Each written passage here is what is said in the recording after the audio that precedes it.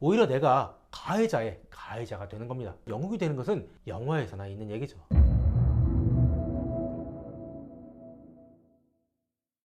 안녕하세요. 보험전문기자 김승동 기자입니다. 최근 묻지마 칼부림 등 이유를 알 수 없는 폭행이 정말 사회적인 이슈가 되고 있죠. 만약 내가 혹은 내 가족이나 지인이 이런 묻지마 폭행에 휘말렸을 경우 어떻게 대처해야 할까요? 보험은 정말 보상이 될까요? 이런 것에 대해서 알아보도록 하겠습니다. 최근 서현역이나 신림동에서 벌어진 묻지마 칼부림 사건으로 인해 묻지마 폭행이 이슈가 되고 있지만, 사실 묻지마 폭행은 어제 오늘 이슈가 아니죠. 과거부터 이런 뉴스는 항상 많았습니다. 쳐다보는 게 기분 나빠서 때렸다, 나를 욕하는 것 같아서 죽여버렸다, 이런 말도 안 되는 이유로 사람을 죽거나 다치게 한 사례들을 어렵지 않게 찾아볼 수 있죠. 그렇다면 만약 내가 혹은 내 지인이 이런 묻지마 폭행 피해자가 되었다면 보험에서는 보상을 받을 수 있을까요? 그냥 일방적인 피해자라면 보상을 받을 수도 있습니다. 그게 충분하냐 혹은 충분하지 않냐, 이런 건 별개지만 어쨌건 일방적으로 막기만 했다면 보상을 받을 수는 있죠. 그러나 만약 방어를 하기 위해서 조금이라도 대항을 했다면 얘기가 완전히 달라질 수 있습니다. 우선 묻지마 폭행으로 보상을 받을 수 있는 보험은 첫 번째, 실손보험입니다. 상해는 예기치 못한 급격하고 우연한 사고를 의미합니다. 그리고 묻지마 폭행, 묻지마 칼부림도 상해의 일종이죠. 이에 실손보험에서는 당연히 보상을 해줍니다. 그리고 실손보험에서 보상은 실제 발생한 치료비를 보상하죠. 물론 가입되어 있는 상해보험이 있다면 상해보험에서도 보상이 됩니다. 상해보험은 정액보험으로 정해진 금액만큼 보상을 합니다. 실손보험과 상해보험 이외에 지방자치단체에서 가입하는 보험도 이런 상해에 대한 보상이 가능할 수도 있습니다. 다만 각 지자체마다 상품 내용이 다르며 통상은 정해진 금액을 보상합니다. 보상 금액은 최대 1,000만 원 정도, 이 정도로 크지는 않습니다. 그러나 사실 묻지마 폭행을 당했을 때 보상을 받지 못하는 일이 훨씬 더 많은 게 사실입니다.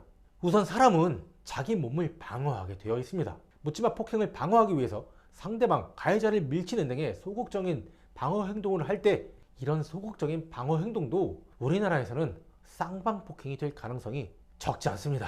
아무리 정당방위에 대해서 폭넓은 적용을 주문했다고 해도 우리나라 판사는 과거 판례를 답습하는 경향이 좀 많죠. 우리나라는 쌍방폭행을 매우 소극적으로 인정하고 있습니다.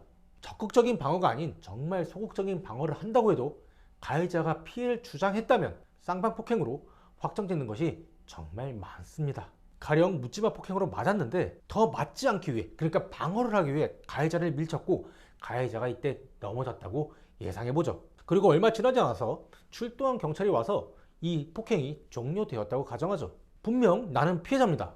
내가 먼저 맞았고 훨씬 더 많이 맞았죠. 그러나 상대방을 밀쳤기 때문에 쌍방폭행 요건에 부합할 수 있습니다.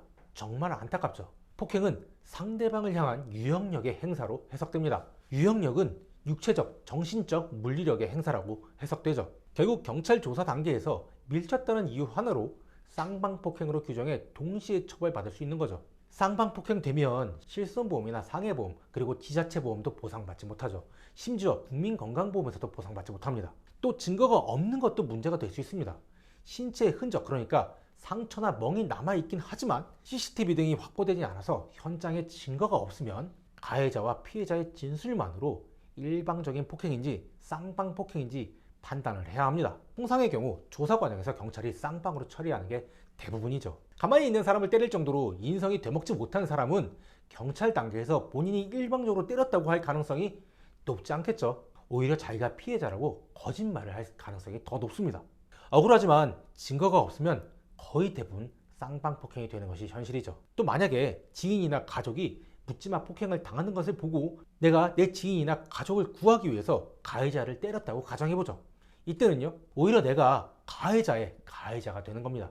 피해자를 구제하기 위한 영웅이 되는 것은 영화에서나 있는 얘기죠. 물론 가해자의 가해자가 될 경우에 실손보험이나 앞서 말씀드렸던 상해보험, 지자체보험, 그리고 국민건강보험, 이런 것들 전부 다 적용되지 않습니다. 결국 묻지마 폭행에 휘말리지 않는 것이 가장 중요하겠죠. 그리고 솔직히 휘말릴 경우 최대한 증거를 남기고 이슈화되도록 노력해야 됩니다. 이슈화되었다면 내가 유형력을 일부분 행사했다고 해도 대부분 피해를 당했다는 사실이 알려지면서 여론으로 인해 쌍방폭행으로 인정되지 않을 가능성이 높습니다. 정당방위로 인정될 가능성이 높아진다는 거죠. 이 때문에 우리나라에서는 정말 억울하지만 정당방위는 거의 인정되지 않습니다. 아직까지는요. 그래서 묻지마 폭행을 당했을 때 보험에서 보상을 받을 수 있는 방법이 거의 없다는 게 보험 전문가들의 결론이죠. 이상으로 마치도록 하겠습니다. 감사합니다.